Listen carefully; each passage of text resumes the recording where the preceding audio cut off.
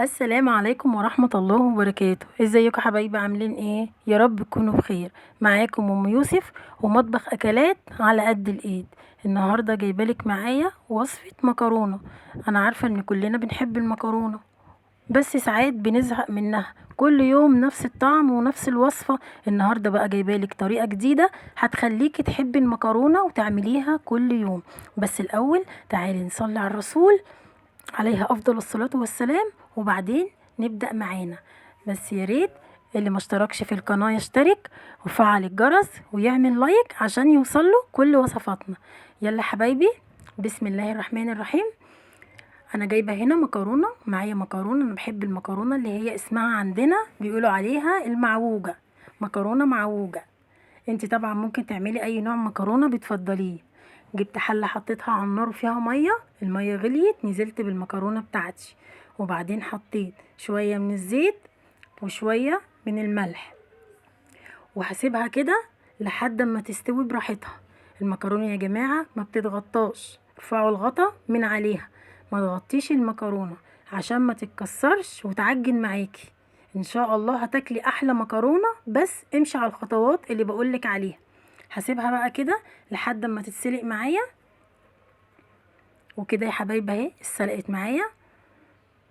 عايزه اقول لكم ان طريقه المكرونه دي ولادي لما عملتها لهم ما بقتش بعمل غيرها، نفس الطريقه ونفس المكرونه هي يقولوا لي يا ماما المكرونه المعوجه. وهنا حبايبي بصوا اتسلقت معايا المكرونه مفلفله ازاي، ما سويتهاش قوي، يعني انا ايه، خليتها فيها قطمه كده. وكمان عايزه اقول لكم ان انا اخدت من الميه بتاعتها نص كوبايه او كوبايه الا ربع ميه، لان انا هنا الصلصه بتاعتي دي صلصه الطماطم ضربها في الخلاط من غير ميه خالص. عشان نعمل بقى ايه الصلصه بتاعت المكرونه محتاجين ايه؟ صلصه طماطم مضروبه في الخلاط، معايا بصلايه كبيره، وعندي هنا 5 فصوص من الثوم حطيتهم في الهون، نزلت عليهم بقرن فلفل حامي، وطبعا الخطوه دي اختياري، قرن فلفل حامي مع شويه كزبره ناشفه وشويه كمون، وضربتهم كده في الهون لحد ما نعموا معايا. هعمل ايه بقى هنا؟ حطيت حبة زيت وهنزل بالبصل الاول، والبصل بتاعي يكون متقطع كده، مفروم صغير، متقطع صغير. هنزل بقى كده على الزيت وهقلب، وعايزاه يتحمر معايا، مش عايزاه يتشوح، عايزاه يتحمر معايا. صلي كده على الحبيب المصطفى معانا عليها افضل الصلاة والسلام. كده اتحمر معايا البصل بالطريقة اللي انتوا شايفينها دي. هقوم نازلة بقى بالثوم بتاعي، وهشوح برضو كده يا دوبك بس اشم ريحة التوم، اشم بس ريحة التوم طلعت كده. وهقوم نازلة بايه؟ هقوم نازلة بمعلقة من الصلصة، صلصة طماطم انا مسبكاها وعندي حطها في علبة في التلاجة، واخدة منها معلقة، مش صلصة اللي هي المجففة العادية بتاعتنا، لا دي صلصة طماطم. هاخد كده معلقة وهنزل على ايه؟ على البصل والثوم بتاعي، وهقلب كده. والله يا جماعة وصفة مكرونة صدقوني الصلصة دي هتعجبكم قوي ان شاء الله. بس فين اللايك بقى؟ انا مش شايفة حد عمل لايك لغاية دلوقتي. لو وصلت لغاية هنا اعملي لايك يلا واشتركي في القناة.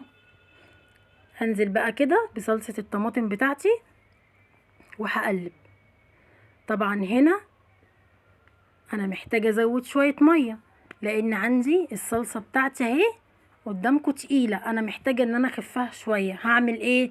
مش هاخد طبعا مية من الحنفية، كوبايه الميه اللي انا خدتها من سلق المكرونه يا حلوين هي دي بقى التكه اللي بقول لكم عليها. كوبايه الميه اللي خدتها من سلق المكرونه هي دي اللي هزود بيها الصلصه بتاعتي بالطريقه اللي انتوا شايفينها دي. انا ضربت القوطه في الخلاط. بصي انا ما حطيتش ولا نقطه ميه واحده، نقطه ميه ما حطيتهاش. انا ضربت 3 طماطميات كده في الاول، اول ما اتعصروا معايا قمت نازله ببقيه الطماطم كلها وضربتها في الخلاط. وهنا زي ما انت شفتي كده انا زودت ميه المكرونه، ميه سلق المكرونه، ما خدتش ميه من الحنفيه. عايزه اقول لك الخطوه دي مهمه جدا، وهي دي اللي بتنقلك المكرونه في حته تانية ان شاء الله تعجبك. وهقلب بقى كده بالطريقه دي، وهغطي عليها بقى واسيبها تتسبك براحتها لحد ما الزيت كده الاقيه عام على الوش، يبقى كده هي اتسبكت. بصوا يا جماعه هي كده اهي، كده تعتبر اتسبكت معايا. الخطوه اللي جايه بقى دي مهمه جدا، وطبعا عايزه اقولك برضو ان هي خطوه اختياريه لكنها مهمه جدا للمكرونه بتاعتنا. هنا انا خلصت اهي.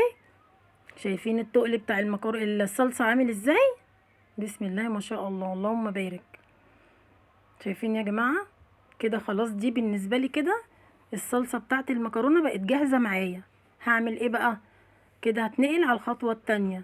عندي هنا حله فاضيه، هنزل عليها بحبه من الزيت، مش كتير يعني. وده عندي التقديم، يعني انا هتغدى دلوقتي او هتعشى دلوقتي، هقوم عامله الخطوه دي، وبعد كده اغرف بقى في الاطباق وناكل بالف هنا وشفا. هنزل بقى كده بالمكرونه بتاعتي اللي سلقتها، تعتبر 3/4 سلقه، على حبه الزيت السخنين، والحله بتاعتي طبعا سخنه. وهقلب كده يا جماعه. الخطوه دي بقى بتدي فلفله للمكرونه نفسها، بتغنيني ان انا احط زيت على المكرونه بعد ما تتسلق. مش محتاجه ان انا احط على المكرونه زيت بعد ما تتسلق، لا، الخطوه دي بتسخن لي المكرونه نفسها وكمان بتخليها تفلفل. وهقوم نازله بقى كده بصلصه الطماطم بالشكل ده، وهقلب بقى. حبة مكرونة يعني يتاكلوا كده من غير اي حاجة، ولا بطاطس ولا فليه ولا اي نوع بروتين. انت هتاكليه بألف هنا وشفا، هيعجبك ان شاء الله، وهيعجب الولاد. انا عارفة ان الولاد اكتر الولاد بتحب المكرونة، فان شاء الله ان شاء الله هتعجبكم. فين اللايك بقى يا حلوين؟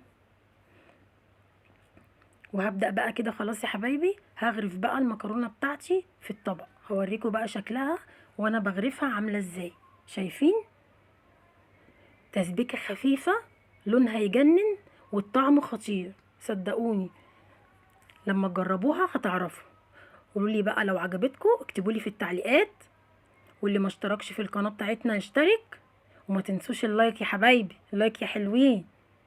شايفين شكل المكرونة بتاعتنا؟ يا رب تكون وصفة النهاردة عجبتكم. ما ننساش بقى نشترك في القناة عشان يوصل لكم كل وصفاتنا. والسلام عليكم ورحمة الله وبركاته.